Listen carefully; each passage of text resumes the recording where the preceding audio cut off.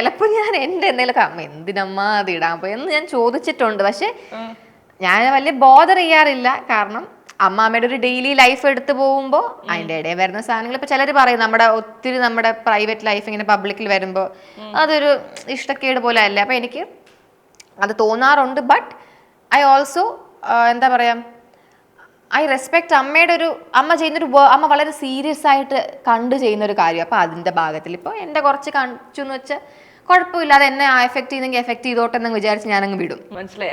അങ്ങനെ എപ്പോഴെങ്കിലും ഒക്കെ ഇഷാനിയുടെ ഒരു പേഴ്സണൽ ലൈഫ് ഭയങ്കരമായിട്ട് എക്സ്പോസ്ഡ് ആയി പോയി എന്ന് എപ്പോഴെങ്കിലും തോന്നിയിട്ടുണ്ടോ?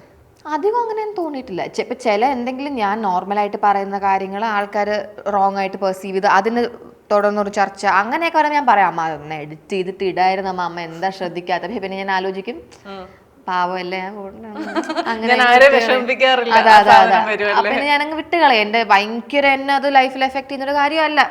അന്നത്തെ കുറച്ച് കമന്റ്സ് അതങ്ങ് വിട്ടുകളയാം. ആ ഒരു മൈൻഡ് സെറ്റാണ് ഞാൻ വെക്കാൻ നോക്കാറുള്ളത്.